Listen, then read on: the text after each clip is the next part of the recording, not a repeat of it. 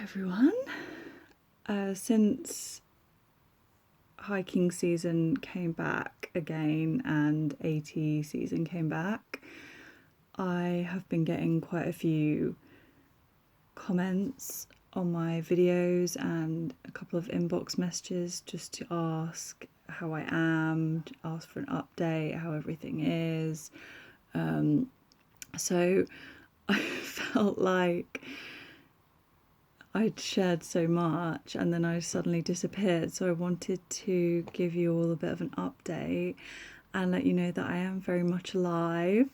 I'm fine. I'm back in England. I'm trying to think where I left off. I think I left off where I was about halfway on the AT, and I had realised after struggling for a while that I just couldn't go on anymore because I was so tired. I was feeling really fatigued, and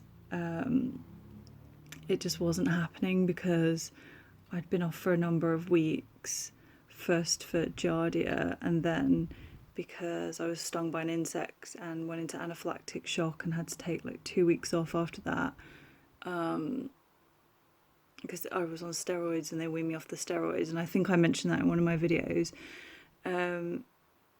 So after that I was just feeling really just like in a bad funk and not in the right headspace and a bit deconditioned and just tired. And I remember a couple of people at the time saying to me that you should get checked for Lyme's disease, and I never saw a bullseye on my body once, but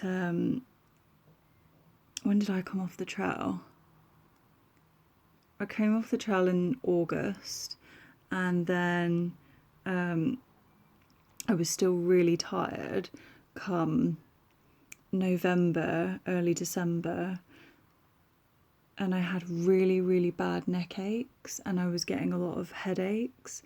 I went to the doctor and I explained, just asked me what's been going on recently, where have you been, what have you been up to? So I mentioned that I've been hiking on the AT, and he put me in for a blood test for Lyme's disease, and sure enough, had Lyme's disease. So well done, whoever mentioned that. I think it was a couple of people who said, please go and get checked for Lyme's disease. And I was like, no, I'm sure it'll be fine. I've already had everything else under the sun. I'm sure I don't have Lyme's disease as well. Well, it turns out I did have Lyme's disease, and that's why I was so fatigued. And that's why I was getting migraines a lot and I couldn't get up anymore on the trail. There was just no getting me out of bed. I was absolutely exhausted. I just felt drained. Anyway, went on antibiotics, and yeah, it's gone now. So I did feel a bit shit for a while after, to be honest, and still feel a bit tired now and again, but that just could be, I don't know, just could be other factors, other things. So yeah, that's my little update. Made it halfway. Wish I'd made it further. Suppose maybe I didn't update because I built it up so much in my mind and I felt like I'd let myself down. And yeah, it was very, very sad that I didn't finish it. Felt a bit disappointed. But yeah, I'm just trying to think if there's anything off the top of my head that I can think of, like some quick fire advice for people that are going to be hiking. Well, about Lyme's disease, I did permethrin my things, but permethrin them more than me. So I was on the trail for like 3 or 4 months before, no, 4 months before I started to feel ill. So I could have got bitten way before even I had the giardia and the anaphylactic shock by ticks. So I could have had it for ages. Just permethrin everything often as you can afford to permethrin everything. It gets so freaking hot and so sweaty, but if you can, wear leggings. What else? Tick check. A bullseye isn't always present. I want to make that very clear. A bullseye isn't always present, and you don't always have to pick the tick from your body to be like, oh shit, there's been a tick on me for like 2 days. And because I read a lot of stuff about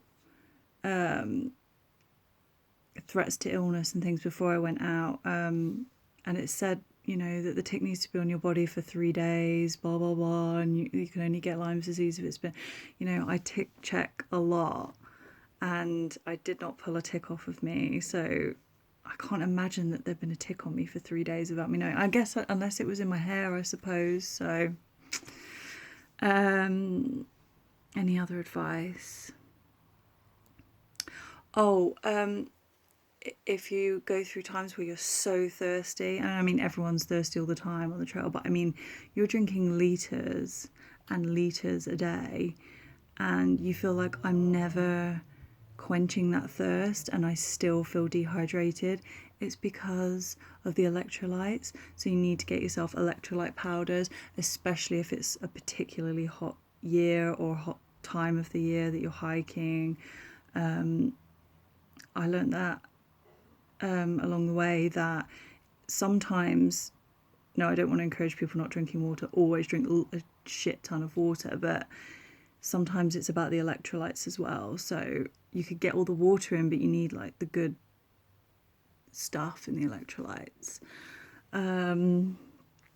What else?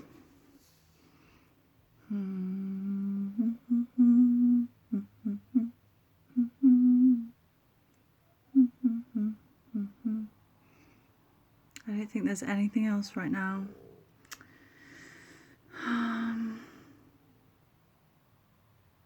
No. Anyway, thanks for watching. I don't know how time flies when I'm not really saying very much, but here I am. I'm alive and well. I'm in England. Maybe I'll be hiking again one day. Maybe I'm planning another hike soon.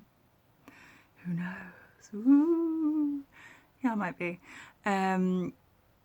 No, hiking wasn't an excuse for my general demeanour. I look like this all the time.